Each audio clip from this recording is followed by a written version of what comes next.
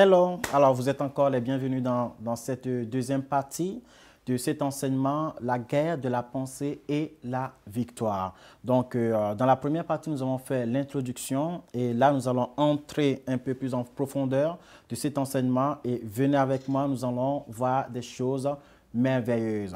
Alors, tout à l'heure, nous avons vu dans 1 Thessaloniciens 5, verset 23, l'homme tout entier est donc composé du corps, de l'esprit et de l'âme. Bon, nous avons un peu parlé du corps. C'est vrai que, vous savez, j'étais à l'île de la Réunion, j'ai fait un enseignement sur la guérison divine.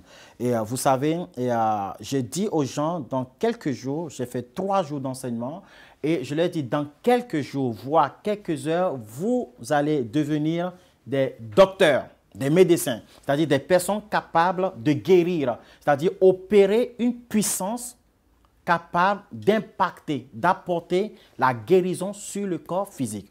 Mais pourtant, ça peut vous paraître un peu bizarre, mais nous avons fait l'enseignement et il y avait des personnes qui étaient malades. J'étais à Madagascar aussi, et à Madagascar, c'est l'un, pour le moment, j'espère que Dieu va les élever, mais c'est l'un des pays les plus pauvres qu'on puisse trouver sur la terre. Et la médecine n'est pas autant évoluée et beaucoup de personnes sont capables de mourir, c'est-à-dire mettre fin à leur destinée, à leur projet, à leurs rêves, tout simplement parce que le corps ne permet pas cela, parce que le corps n'est pas capable d'aller plus loin. Ils ont la motivation, ils ont l'envie, mais ils ne peuvent pas, ils sont bloqués, cloués au lit. Et voilà pourquoi la Bible dit, l'esprit est bien disposé, l'esprit a envie de le faire, l'esprit veut aller plus loin, l'esprit veut avoir des réponses, des témoignages, des résultats, l'esprit veut faire des exploits. Lorsque tu rêves dans ta tête, tu dis je serai président. Lorsque tu rêves dans ta tête, tu dis je serai médecin, je serai un avocat, ou tout ce que tu fais, c'est possible dans la tête, c'est possible dans la pensée. C'est possible dans le rêve, mais il faut que le corps suive. Il faut que le corps aboutisse à ce rêve, à ce projet. L'esprit est disposé, l'esprit a envie de le faire, mais le corps, la chair est faible. Alors, nous avons fait des enseignements sur la guérison. Ils n'ont pas bu de médicaments. Je leur ai dit, vous n'aimez pas Nivaquine, vous n'aimez pas aspirine. Ah, c'est OK, c'est bien pour vous. Vous n'aimez pas Kinimax, c'est bien. Aujourd'hui, ce n'est pas Kinimax qu'on vous donnera, mais c'est Jésus qu'on vous donnera. Et dans le nom de Jésus, vous serez guéris. J'ai formé les gens. Ils sont partis imposer les mains au corps. D'accord? Ils ont pris leurs mains qu'ils ont posées sur les parties malades. Ils ont posé sur les corps. Il y avait des gens qui avaient des boules, il y avait des gens qui avaient double ventre, il y avait d'autres qui avaient le cancer, diabète, etc. Mais en imposant les mains, d'accord, sur l'endroit malade, quand bien même ils n'ont pas pris de médicaments, la maladie disparaît. Waouh! Il y a une femme qui était dans le marché, qui a vu une des personnes qui m'ont accompagné. Elle a dit, mais toi, son mari est l'un des meilleurs, comment dirais-je, coach de permis, d'accord, ils ont une entreprise d'auto-école, c'est l'un des meilleurs à l'île de la Réunion, d'accord. Son mari, il dit, mais pasteur Perrine, il faut que tu viennes dans ma maison raconter à mon mari ce qui s'est passé. Un être humain, un corps qui impose les mains sur un autre corps malade, et dans le marché, la femme l'a saisi, mais regarde, viens voir, c'est toi, mais vous, je vous connais vous, mais c'est vous qui avez prié pour moi, et regardez, j'avais double ventre. Ça a disparu.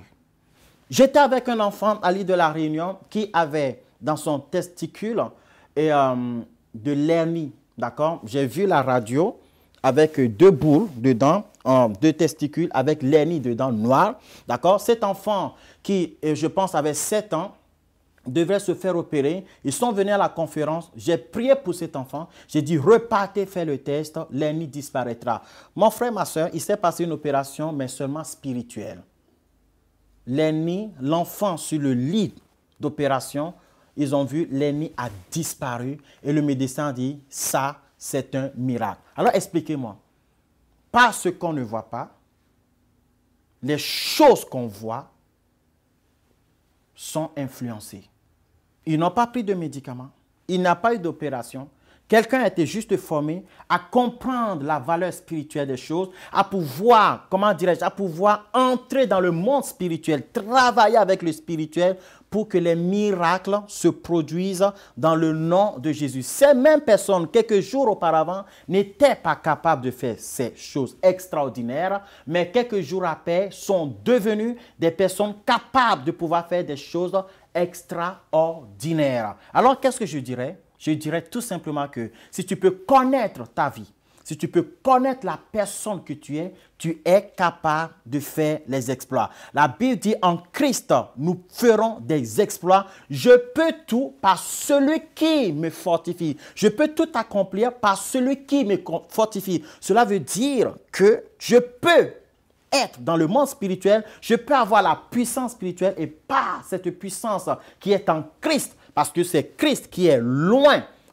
qui fait penser à l'huile, l'onction qui fait penser au Saint-Esprit, au spirituel. C'est par Christ que j'ai l'ouverture dans le monde spirituel et que moi, je suis capable de faire des choses. Alors que vous soyez charnel ou pas, que vous soyez des personnes les plus faibles ou pas, les athées ou les non-croyants, vous suivez cet enseignement, comprenez que si vous pouvez comprendre, si vous pouvez laisser entrer dans votre pensée, dans votre intelligence, cet enseignement que je vous donne, vous pourrez vous aussi faire des exploits. Pas forcément des exploits dans les domaines qu'on connaît, mais des exploits dans tous les domaines où le nom de Dieu est tout simplement glorifié. Alors, nous avons vu 1 Thessaloniciens qui dit, 5 verset 23, que le Dieu de paix sanctifie lui-même, fasse un travail. La sanctification, c'est quoi? C'est faire un travail, d'accord? Un travail où on enlève le mal dans le corps. Que le Dieu de paix lui-même sanctifie votre être tout entier. Ça veut dire qu'il y a quelque chose que nous devons faire, quelque chose que nous devons faire, une sorte de nettoyage,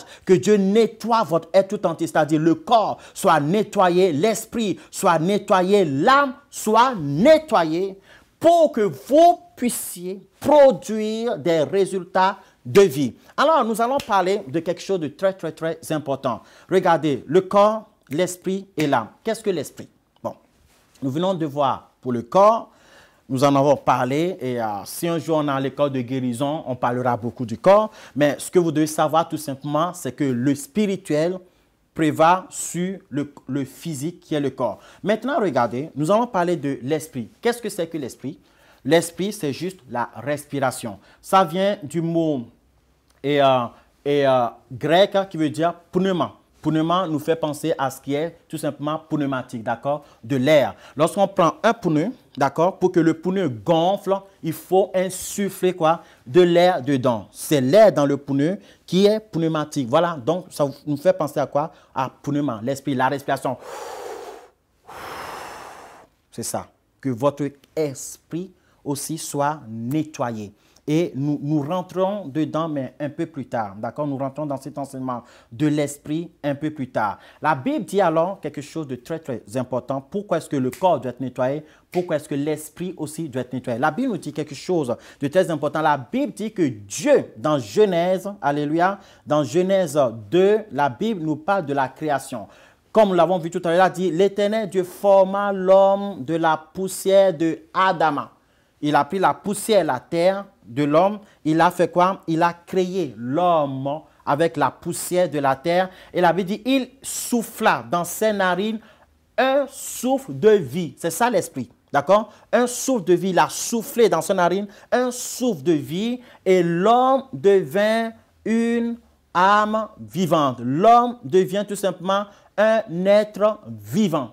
Alors, qu'est-ce que c'est que l'être vivant? Qu'est-ce que c'est que cet être vivant? On nous dit, Dieu a pris la poussière, d'accord? Et il a créé, il a façonné l'homme avec une image sous forme d'idole. Quand on prend une idole, ça a toujours une forme, d'accord? Et maintenant, Dieu a soufflé dans les narines de cette idole. Et l'idole est devenue quoi? Une âme vivante. Ok, réfléchissons un peu. Donc, l'idole n'est plus idole. L'idole n'est plus seulement l'adamant,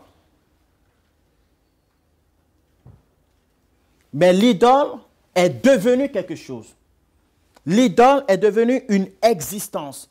L'idole est devenue un être vivant. Écoutez bien, donc ce n'est plus le corps, la personne.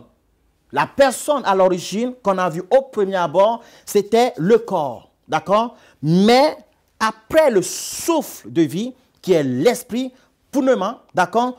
Le corps est juste devenu une âme vivante.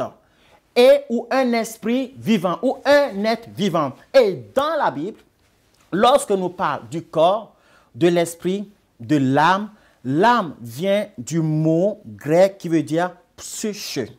Et psyché veut dire l'être intérieur.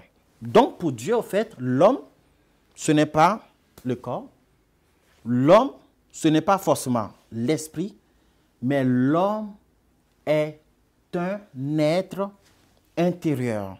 Ta personnalité devient une entité intérieure. Une entité qu'on ne voit pas, une entité qu'on ne discerne pas par les yeux, d'accord? Mais une entité qui est couverte, d'accord, de peau, qui est couverte d'une peau noire, blanc, jaune, d'une grandeur, d'une image, petit, grand, mince, enveloppé.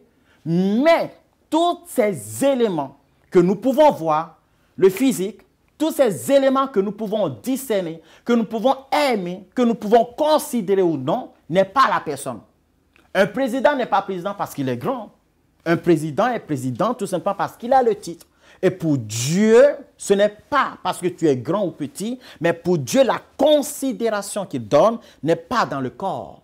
N'est pas parce que tu es blanc, n'est pas parce que tu es noir, n'est pas parce que tu es asiatique. La considération que Dieu donne à la personne, c'est à l'âme. C'est l'âme qui est la personne réelle.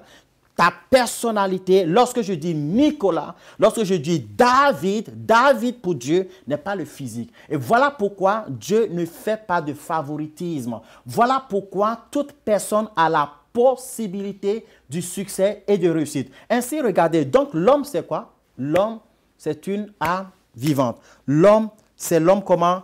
Intérieur. Et dans les études, chez les, comment ça s'appelle, les Hébreux, nous disons ceci.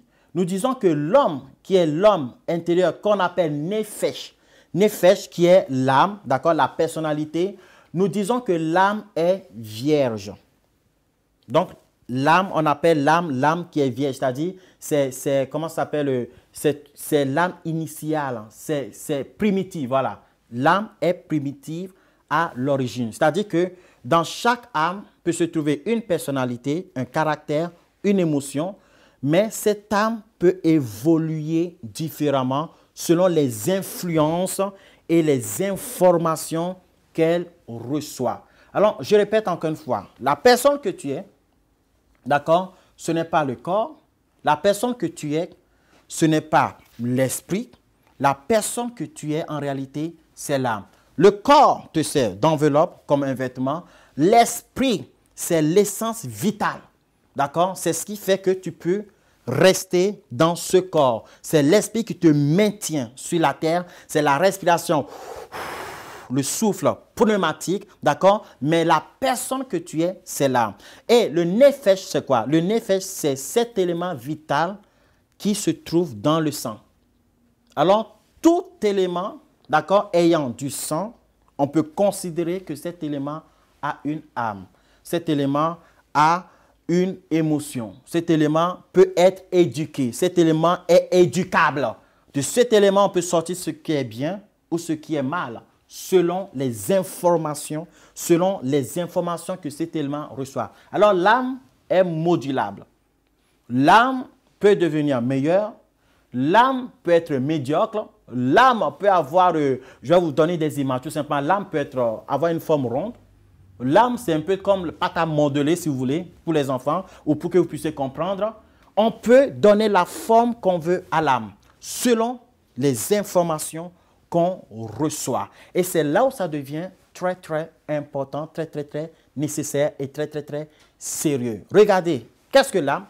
L'âme est primitive à l'origine, l'âme est vierge. C'est-à-dire que l'âme devient les informations qu'elle reçoit. Nous allons voir quelque chose. Vous allez me dire que moi, je suis déjà âgé. Est-ce que c'est possible que moi, en qui il n'y a rien de bien, je peux produire de bien. Oui, c'est possible. Et c'est de là que nous parlerons de la nouvelle naissance, c'est-à-dire une nouvelle chance, un nouveau commencement, une nouvelle possibilité de pouvoir grandir, de pouvoir recevoir des informations qu'il faut, une nouvelle possibilité de pouvoir réussir ou de recevoir en soi les conditions qui favorisent le succès et la réussite. Alors, lorsque nous prenons un enfant, et les scientifiques ont fait tout simplement ces recherches, vous prenez un enfant qui est tout simplement, je dirais, un enfant de type européen, d'accord? Vous amenez cet enfant au Congo, par exemple, cet enfant ayant fait 10 ans au Congo, je vous promets qu'il aura la mentalité du Congolais. Il parlera le Lingala comme vous ne pouvez même pas imaginer. Il aura des réactions, des tics de milieu dans lequel il a grandi. Pourquoi? Parce que l'âme est vierge. L'âme, le nefesh est primitif et le nefesh fait quoi? Reçoit des informations. Le nefesh devient, d'accord, ce qu'elle reçoit comme information. Et c'est là où on dit que la foi, d'accord, qui est dans le nefesh, on en parlera, la foi qui est intégrée, qui fait une avec le nefesh, d'accord, il te sera fait selon ta foi. Selon la foi que tu as, tu réagis différemment. Selon les informations que tu as, tu fonctionnes différemment. Et voilà pourquoi tu peux prendre un enfant africain, tu l'amènes aux États-Unis, il parlera avec l'accent américain, il fonctionnera, il aura des réactions des Américains. Vous prenez un enfant qui a été éduqué par un père militaire, il fonctionnera comme un militaire. Un jour, on a vu un enfant de 5 ans, mais quand il parle tout simplement toujours comme un vieux. Il a une mentalité de vieux. Pourquoi? Parce que c'est son grand-père qui l'a éduqué. Alors, lorsqu'il parle, il s'exprime différemment. Pourquoi? Parce qu'il a reçu des informations. Alors, nous résumons ce que nous avons vu maintenant. Et dans ce résumé, nous comprenons quoi? Nous comprenons qu'il y a l'être humain. L'être, d'accord, qui est le corps, qui est l'esprit. Le corps, nous savons que c'est le corps, tout simplement, c'est l'enveloppe.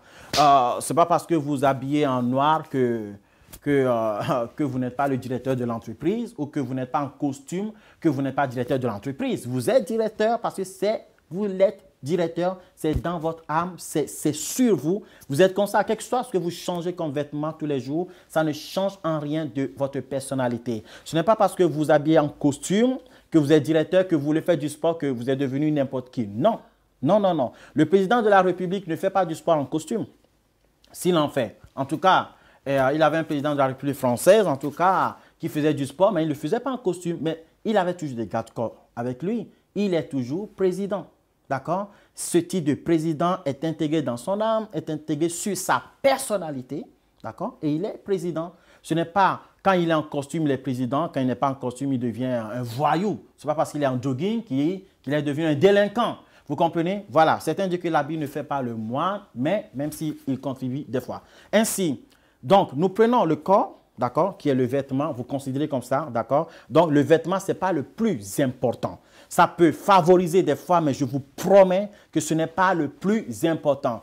L'être humain, qui est le corps, nous venons de voir que le corps, c'est le vêtement que vous pouvez porter aujourd'hui ou demain. Donc, il y en a qui ont pour toujours un corps noir, d'autres qui ont pour toujours un corps blanc. Mais je vais vous dire que ça ne doit pas influencer votre capacité de réussir, votre capacité d'avoir du succès, votre capacité d'être meilleur sur la terre. Ce n'est pas parce que vous êtes noir que vous n'avez pas du bien en vous et ce n'est pas parce que vous êtes blanc que vous avez forcément du bien en vous. D'accord? Je vous ai dit tout à l'heure, je vous ai situé des exemples où lorsqu'on prend une âme, d'accord, primitive et qu'on l'amène au Brésil, qu'on l'amène dans un milieu donné, cela n'empêche pas tout simplement que tu sois selon les informations que tu as reçues. La dernière fois, j'étais à La Réunion et j'ai fait une sortie dans un magasin. Parce que quand je vais comme ça, je suis toujours cloîtré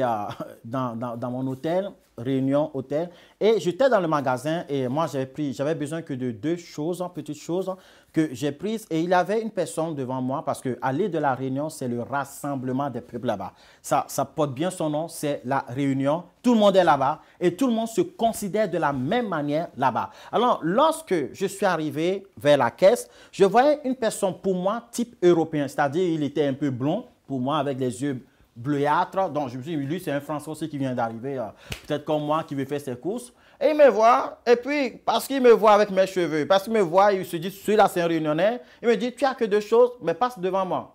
Je dis, waouh, quelle mentalité ici à la Réunion, dis donc. En France, tu dis, s'il te plaît, est-ce que auras-tu l'amabilité de bien vouloir avoir l'amabilité de me faire passer un peu devant parce que, vois-tu, tu es un gros caddie, moi, j'ai que deux choses, je suis pressé. Non, lui, il me dit, tu as que deux choses, allez, passe devant. Et puis, il me parle créole. Je ne peux pas le dire, je ne peux pas répéter, mais il m'a vu, il croit que je suis réunionnais.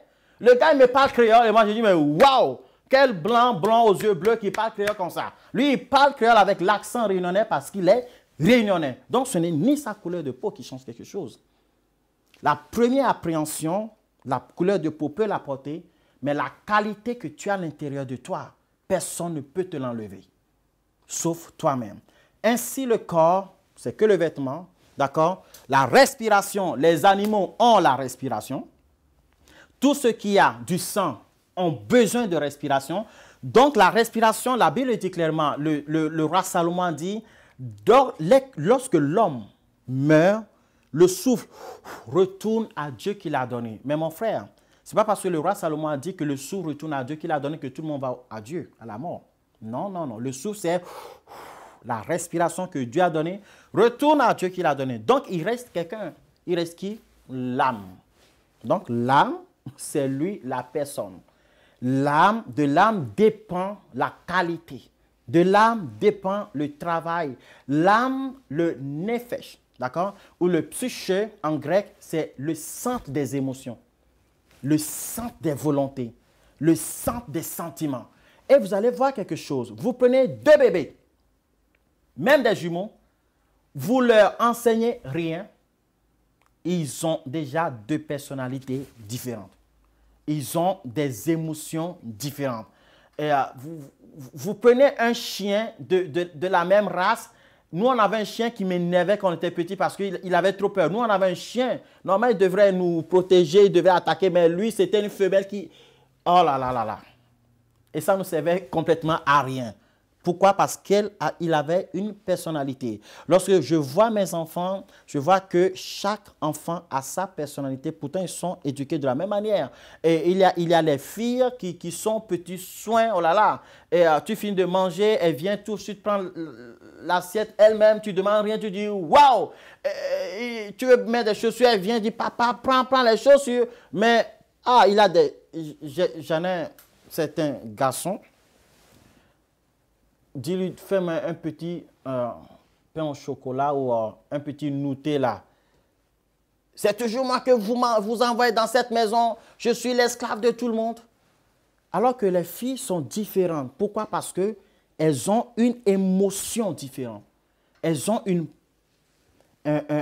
des ressentis différents. Elles ont une personnalité différente. Vous voyez, tout ça se trouve dans l'âme.